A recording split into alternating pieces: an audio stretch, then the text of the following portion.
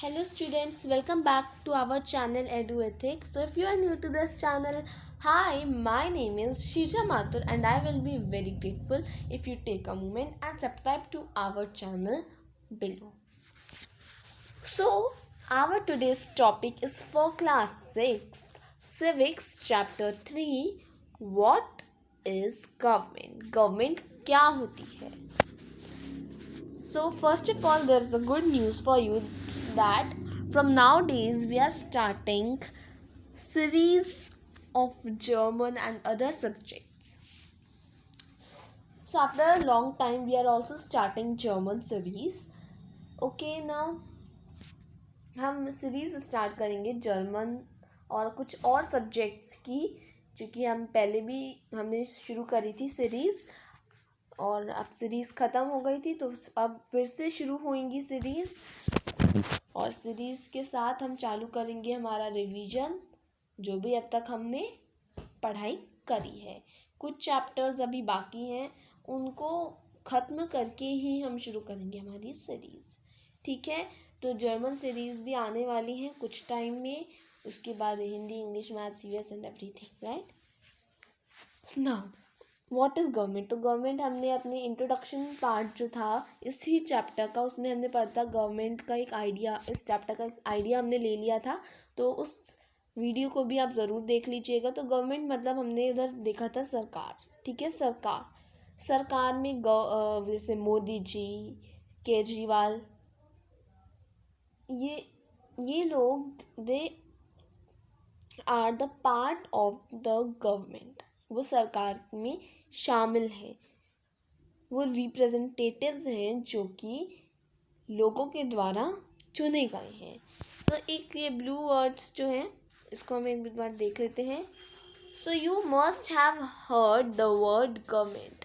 तो आपने ये शब्द सुना होगा गवर्नमेंट, जो कि कई सेवरल टाइम्स इस चैप्टर में दिया गया है। और इस चैप्टर में आप पढ़ोगे, आप जानोगे कि गवर्नमेंट क्या होती है और क्या इम्पोर्टेंट रोल प्ले करती है वो हमारी लाइफ्स में। गवर्नमेंट क्या करती है,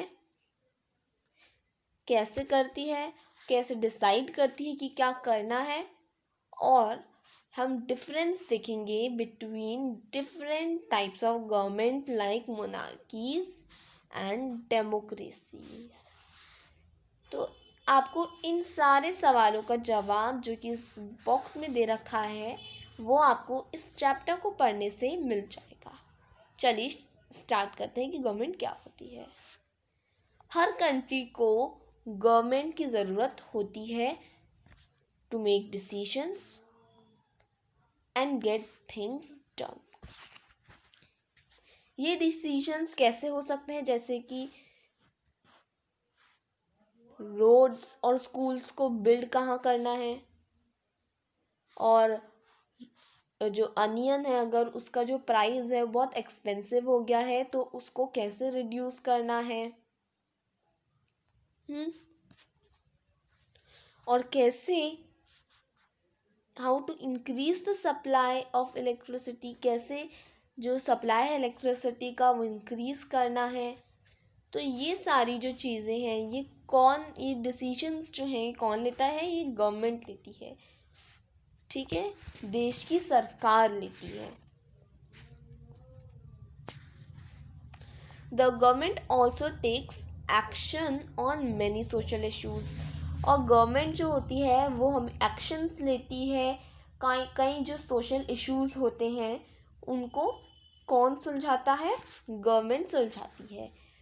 एग्जाम्पल के लिए several programs to help the poor, जो कई जो प्रोग्राम हैं, सेवरल जो प्रोग्राम्स होते हैं वो कौन करता है, गवर्नमेंट करती है टू हेल्प द पुअर, जो गरीब लोग हैं उनकी हेल्प करने के लिए वो सेवरल प्रोग्राम्स करती है।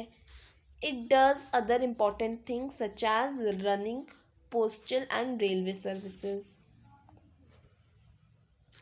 और वो क्या करती है, और अदर इम्पॉर्टेंट थिंग्स जो है जैसे कि running postal and railway services, ये सब कौन देखता है, ये सब गवर्नमेंट देखती है। और जो लोग हैं उनकी नीड्स को पूरा कौन करती है? गवर्नमेंट करती है. Government also has the job of protecting the boundaries of the country. Government जो होती है उसकी एक और जॉब होती है to protect the protecting the boundaries of the country and maintaining peaceful relations with other countries. तो गवर्नमेंट की एक और जॉब होती है जिसमें गवर्नमेंट को जो बाउंड्रीज हैं उनको उनकी रक्षा करनी होती है और अदर जो कंट्रीज़ हैं उनके साथ पीसफुल रिलेशंस को मेंटेन रखना होता है. एक और जॉब गवर्नमेंट की होती है. It is responsible for ensuring that all its citizens have enough to eat and have good health facilities. और रिस्पॉन्सिबिलिटीज़ जैसे कि गवर्नमेंट को इंश्योर रखना होता है कि उनकी जो सिटीजन्स हैं उनको इनफ खाने को और इनफ गुड हेल्थ फैसिलिटीज़ मिल रही हैं या नहीं. इन सब चीज़ों से गवर्नमेंट को वाकिफ़ रहना पड़ता है. When there are natural disasters, अब जब भी नेचुरल डिज़ास्टर्स होते हैं जैसे कि सुनामी, अर्थक्वेक, तो it is the government that mainly organizes aid and assistance for the affected people. तो जब भी नेचुरल डिज़ास्टर्स जैसे कि सुनामी, अर्थक्वेक ये सब आते हैं तो गवर्नमेंट क्या ऑर्गेनाइज करती है? गवर्नमेंट मेनली ऑर्गेनाइज करती है एड असिस्टेंस. ये जो एड असिस्टेंस होते हैं यानी कि जैसे कि आपका वो है ना NDRF, तो ये सब जो कंपनीज़ हैं, ये सब जो ऑर्गेनाइजेशंस हैं उनको गवर्नमेंट भेजती है. ठीक है, ताकि जो अफेक्टेड पीपल हैं उनको खतरे से बाहर निकाला जाए. ठीक है. एंड हाँ, if there is a dispute or if someone has committed a crime, you find people in a court. Courts are also a part of government. अब कई बार जो डिस्प्यूट्स हो जाते हैं लोगों के बीच में और कई बार जो क्राइम वगैरह होते हैं तो इन सब केसेस को सॉल्व करने के लिए लोग कहाँ जाते हैं? लोग जाते हैं कोर्ट के पास. ठीक है, वो कोर्ट से मदद मांगते हैं कि ये केस है हमारे यहाँ का और इसे प्लीज़ सॉल्व कीजिए और हमें इंसाफ दिलाइए. तो इस चीज़ के लिए लोग जाते हैं कोर्ट के पास और कोर्ट भी गवर्नमेंट का एक पार्ट है. परहैप्स यू आर वंडरिंग, तो आप सोच रहे होंगे कि कैसे गवर्नमेंट मैनेज करती है ये सारी चीज़ें and why it is necessary for them to do, और क्यों नेसेसरी होता है उनके लिए सब करना, क्यों ज़रूरी होता है. Now when human beings live and work together, there needs to be some amount of organization so that decisions can be made. तो जब लोग साथ मिलके काम करते हैं टुगेदर तो उनकी जो नीड्स हैं there needs to be some amount of organisation so that, तो उनकी नीड्स को पूरा करने के लिए कुछ ऑर्गेनाइजेशन बनाई जाती है सो दैट डिसीजंस जो है वो लिए जा सके. कुछ रूल्स बनाए जाते हैं. Some rules have to be made that apply to everyone. कुछ रूल्स बनाए जाते हैं जिसका पालन हर किसी को करना चाहिए. For example there is a need to control resources. जैसे एग्ज़ाम्पल में जो रिसोर्सेज हैं उनको कंट्रोल करने की नीड है. And protect the territory of a country so people can feel secure. तो एग्ज़ाम्पल के लिए इसमें दे रखा है कि जैसे कि जो रिसोर्सेज हैं उनको कंट्रोल करने की नीड है, जिससे और जो कंट्री की टेरिटरी है उसको प्रोटेक्ट करने के लिए, ताकि जो लोग हैं वो फील सिक्योर करें, तो उसको इन सब चीज़ों को कुछ इसमें रूल्स बनाए जाते हैं। ठीक है, और वो रूल्स का पालन हर किसी को करना होता है, और ये रूल्स गवर्नमेंट के द्वारा बनाए जाते हैं, और लोगों की जो भी नीड्स होती हैं उनको पूरा करा जाता है। ठीक है, now governments do this on behalf of their people by exercising leadership, taking decisions and implementing these among all the people living in their territory। तो ये सब चीज़ें government on behalf of their people करती है, people by exercising leadership and taking decisions and implementing these among all the people living in their territory। तो चलिए अब हम देखते हैं एक बार ये चीज़ ये देख लेते हैं। Some examples of institutions that are part of the government, the supreme court, the Indian railway, Bharat petroleum. तो ये आप देख सकते हैं ये पिक्चर। चलिए अब हम लेवल्स ऑफ गवर्नमेंट देखते हैं। Now that you know that the government is responsible for so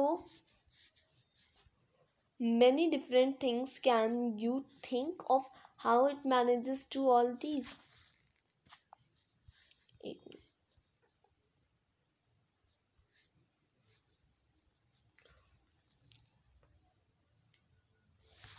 अब हम पढ़ते हैं लेवल्स ऑफ गवर्नमेंट।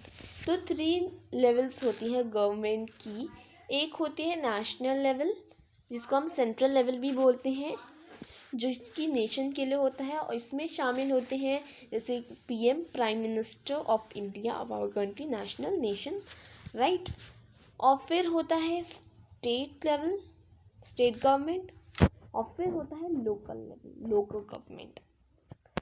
तो पहले तो मैं आपको बताती हूँ नेशनल लेवल। नेशनल लेवल में होता है PM Modi, right, prime minister, then not PM Modi, PM, right, prime minister,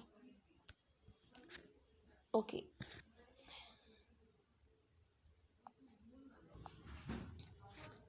prime minister, and then state government में होता है सीएम, चीफ मिनिस्टर, और लोकल लेवल में गांव, विलेजेस, सिटी, राइट, इसमें एमएलए वगैरह होते हैं, ओके।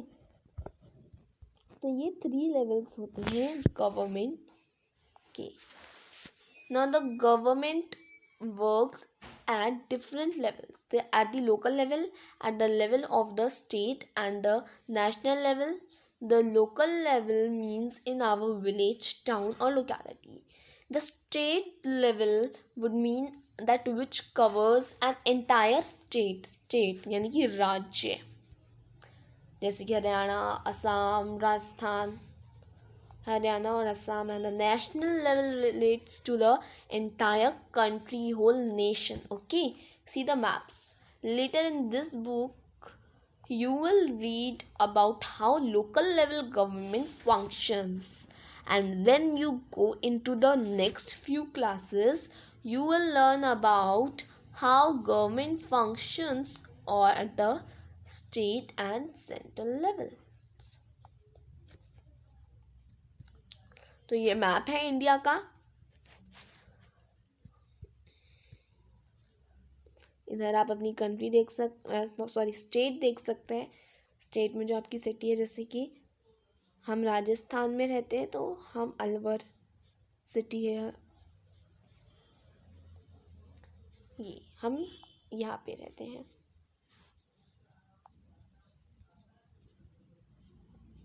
यानी उत्तर प्रदेश, ये उत्तर प्रदेश है।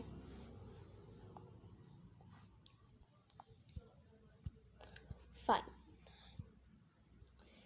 अब हम देखते हैं लॉज एंड द कर्व। एक मिनट, आई थिंक हमारी कोई चीज़ मिस तो नहीं हुई। ओके, हमारी कोई चीज़ मिस नहीं हुई।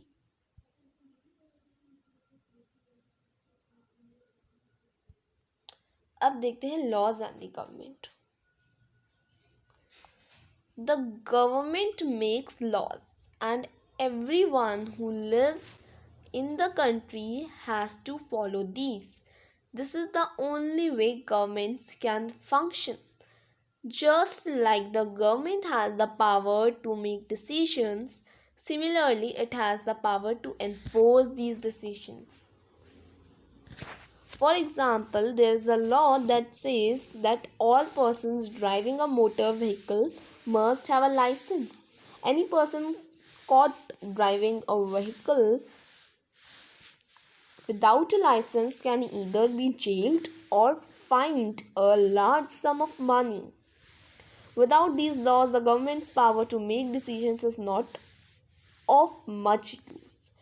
तो गवर्नमेंट मेक्स लॉज एंड तो गवर्नमेंट जो है वो कुछ लॉज बनाती है जिसका पालन हर एक इंसान को, एवरीवन जो कि उस कंट्री में रहता है, उसका पालन करना होता है. यही एक ओनली वे होता है that government can function. Just like the government has the power, तो गवर्नमेंट के पास पावर होती है टू मेक डिसीशंस.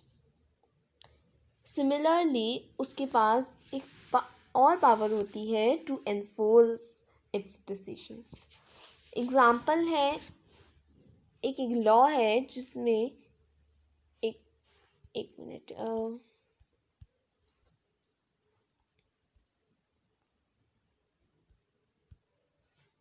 ओके. तो जैसे कि एक लॉ है जो कि गवर्नमेंट के द्वारा बनाया गया है. उस लॉ में आपको कहा गया है कि जो भी इंसान ड्राइव कर रहा है, व्हीकल ड्राइव कर रहा है कोई भी, उसके पास लाइसेंस होना चाहिए. क्या होना चाहिए? लाइसेंस होना चाहिए.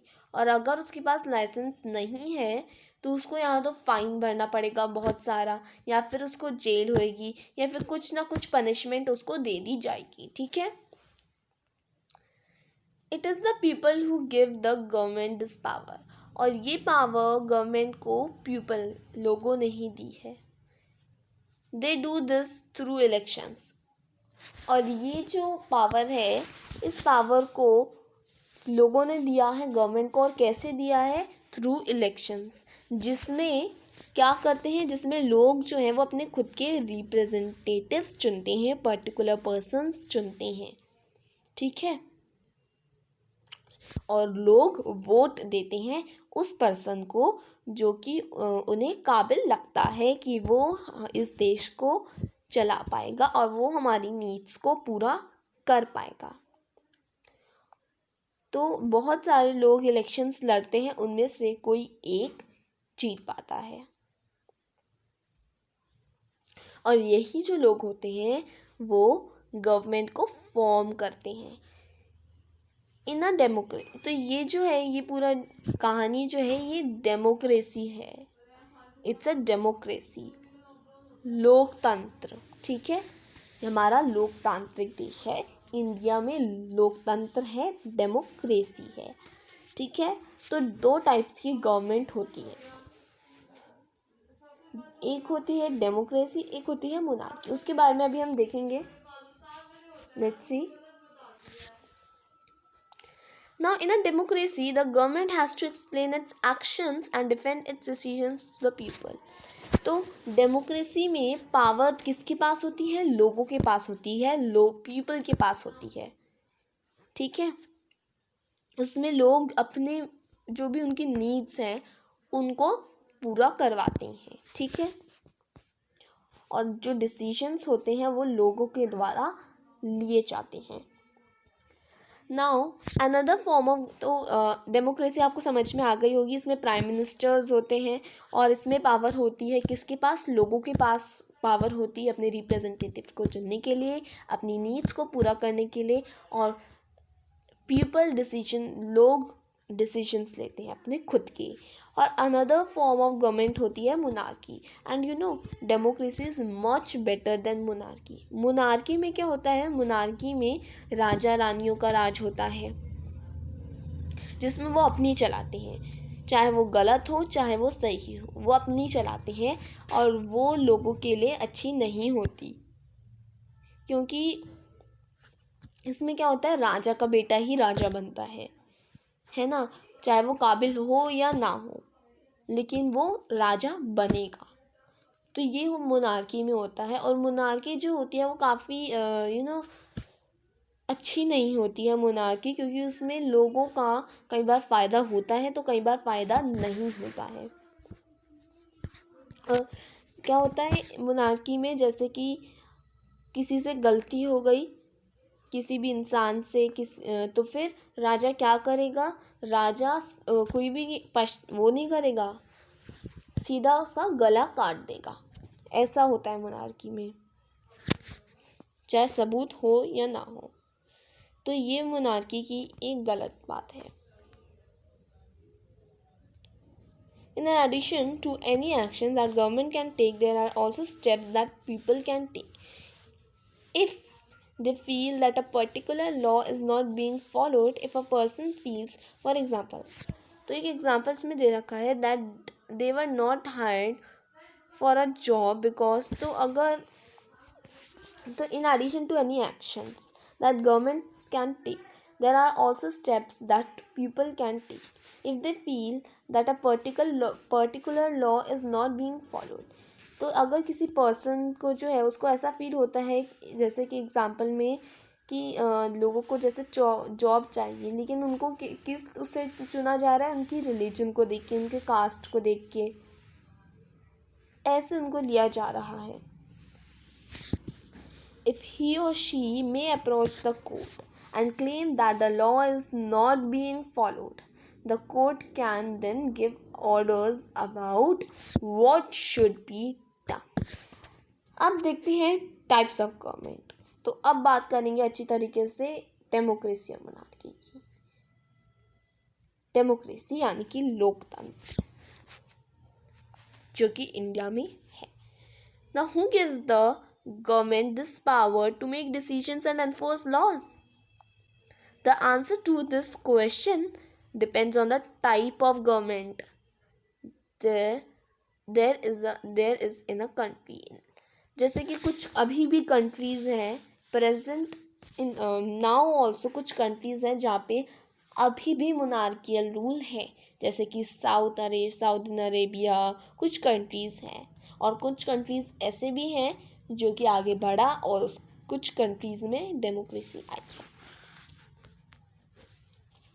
Now let's see democratic government. तो अब सबसे पहले देखते हैं democratic government. India is a democracy. तो इंडिया एक डेमोक्रेसी है. This achievement is the result of a long and eventful struggle of the Indian people. There are other places in the world where people have also struggled to have democracies. You know that the main feature of a democracy is, अच्छा अब हाँ, सबसे पहले India एक democracy country है और उसको democracy इतने स्ट्रगल के बाद मिली है. डेमोक्रेसी काफ़ी स्ट्रगल के बाद का रिजल्ट मिला है इंडिया को, राइट. सो डेमोक्रेसी काफ़ी उनको मुश्किल से मिली है. इंडिया को काफ़ी इवेंटफुल स्ट्रगल किया है इंडियन पीपल ने, और कुछ जगह कुछ प्लेसेस वर्ल्ड में और हैं जहाँ पे बहुत स्ट्रगल किया गया है डेमोक्रेसी को पाने के लिए. You know that the main feature of a democracy is that the people have the power to elect their leaders. तो सबसे मेन फीचर जो है डेमोक्रेसी का वो ये है कि लोगों को अधिकार है, लोगों के पास पावर है अपने रिप्रेजेंटेटिव्स को चुनने के लिए और अपने जो लीडर्स हैं उनको इलेक्ट करने के लिए. So in a sense of a democracy, is ruled by the people. तो इन सेंस अगर हम डेमोक्रेसी को देखें तो it is ruled by the people. The basic idea is that people rule themselves by participating in making of these rules. तो ये democracy में क्या होता है, डेमोक्रेसी जो है ये it is rule by the people. तो ये रूल एक वो रूल है जो कि लोग करते हैं, पीपल करते हैं उस पर्टिकुलर कंट्री की, ठीक है, उस पर्टिकुलर कंट्री के लोग करते हैं राज, ठीक है। और basic idea is that people rule them, और बेसिक आइडिया जो है वो पीपल जो है वो खुद रूल करते हैं देमसेल्व्स बाय पार्टिसिपेटिंग। वो जो भी पार्टिसिपेट वो मतलब बहुत सारे जो वो प्रोग्राम्स होते हैं रूल्स बनाने में, वो उसमें पार्टिसिपेट करते हैं। Now, democratic governments in our times are usually referred to as representative democracies. In representative democracies, people do not participate directly, but instead choose their representatives through an election process. These representatives meet and make decisions for the entire population. तो अब democracy में क्या होता है, democracy में government जो होती है they are in our times are usually refer to as representative democracy, जिसमें जो लोग हैं वो अपने रिप्रेजेंटेटिव्स को चुनते हैं, not directly but not participate directly participate नहीं करते हैं, बट इंस्टेड वो रिप्रेजेंटेटिव्स को चूज करते हैं बाय द इलेक्शन जो प्रोसेस है उसमें, ठीक है। This representative meet and make decisions for the entire population. इन दिनों जो डेमोक्रेसी है can not call itself democratic unless it allows what is known as universal adult franchise.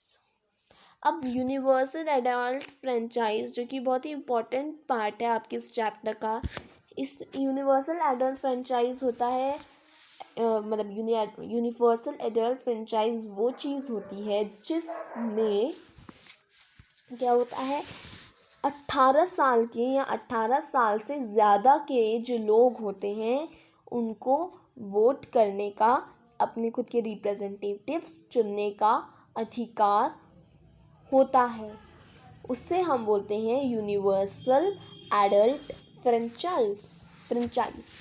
तो वो तो universal adult French, I am again repeating that universal adult franchise होता है 18 साल के, 18 साल से कम के जो लोग होते हैं, नॉट कम के, 18 साल के या 18 साल के से ज़्यादा के जो लोग होते हैं उनको वोटिंग का अधिकार होता है, और इस फ्रेंचाइज को हम बोलते हैं यूनिवर्सल एडल्ट फ्रेंचाइज, जिसमें एडल्ट्स को अलाउ किया जाता है वोट करने के लिए, अपने खुद की रिप्रेजेंटेटिव्स को, अपने खुद के लीडर को चुनने की अधिकार होता है।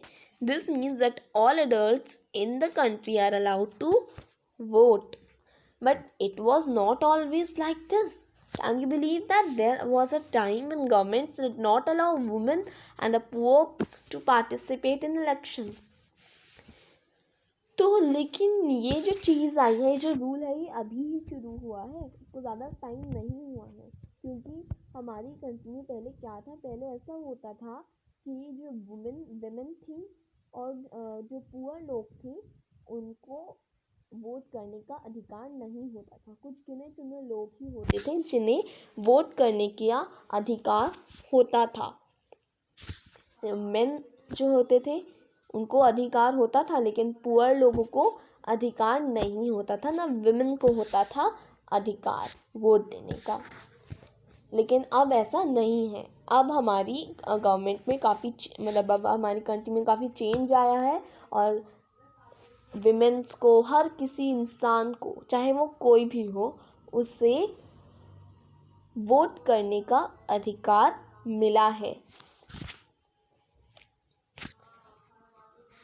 In their earliest forms, governments allowed only men who owned property and were educated. तो उन्हीं लोगों को, उन men को लिया जाता था, उनको ही अलाउ किया जाता था जो कि ओन प्रॉपर्टी और एजुकेटेड हों, उनको अलाउ किया जाता था वोट देने के लिए। This mean that women, the poor, the property less and the uneducated were not allowed to vote. तो इन लोगों को वोट करने का अलाउड नहीं था, विमेन को, पुअर को, और वो लोग जिनके पास लेस प्रॉपर्टी है और अनएजुकेटेड है उन लोगों को वोट देने का परमिशन नहीं था। The country was govern by the rules and regulations that these few main made. तो ये तो हमारी जो पहले कंट्री थी वो इसी जो रूल है उसके साथ चल रही थी, जो कि कुछ लोगों ने, कुछ मेन ने बनाई थी, कुछ rules and regulations. In India before independence, ये इंडिपेंडेंस से पहले की बात बता रही हैं, only small minority was allowed to vote. एक छोटी सी माइनॉरिटी जो थी उसको वोट देने का अलाउ था, परमिशन था। And they therefore came together to determine the fate of the majority. Several people including Gandhi ji were shocked at the unfairness of their this practice and demanded that all adults have the right to vote. This is known as universal adult franchise. तो अब क्या हुआ, independence से पहले एक छोटी C minority के जो लोग थे उनको अलाउ था वोट करना। और तो फिर क्या हुआ, एक दिन गांधी जी और ये सब लोग जो हैं वो एक साथ में बैठे, डिस्कशन वगैरह किया, और जो अनफेयरनेस है इनको, ये जो अनफेयर, तो गांधी जी जो है एक बार शॉक्ड हो गए थे इस अनफेयरनेस प्रैक्टिस को देख के, और सब ने डिमांड किया कि जो भी सारे एडल्ट्स हैं यानी कि 18 ईयर्स से ज़्यादा के जो लोग हैं उन सब को, everyone have the right to vote. और इसी चीज़ को हम बोलते हैं universal adult franchise. Now, writing in the journal Young India in 1931, Gandhiji said, I cannot possibly bear the idea that a man who has got wealth should have the vote, but that the man who has got character but no wealth or literacy should have no vote, or that a man who works honestly by the sweat of his brow day in and day out should not have the vote for the crime of being a poor man। तो writing in a journal young India, तो गांधी जी ने बोला था कि I can not possibly bear the idea, तो मैं बिल्कुल भी I can not possibly bear the idea that a man who has got wealth should have the vote. तो मैन जो है उनको ही वोट देने का अधिकार है, ये क्या बात हुई, ये तो अच्छी बात नहीं है। जिनके पास वेल्थ है, प्रॉपर्टी सब कुछ है, क्या उनको ही अधिकार है, तो गलत बात है। But that a man who has not got character but no wealth, और वो मैन, वो आदमी जिनके पास वेल्थ और लिटरेसी नहीं है, उनके पास वोट का अधिकार भी नहीं है, शुड हैव नो वोट। और that a man who works on, उस इंसान को, वो इंसान जो कि ऑनेस्टली काम कर रहा है, by the sweet of his brow day in and day out should not have the vote for the crime of being a poor man. तो क्या उसको भी वोट देने का अधिकार नहीं है, और उसकी क्या गलती है, उसका क्या क्राइम है कि वो एक पुअर मैन है, ये गांधी जी ने कहा था, बोला था। तो एक बार ये और देख लेते हैं।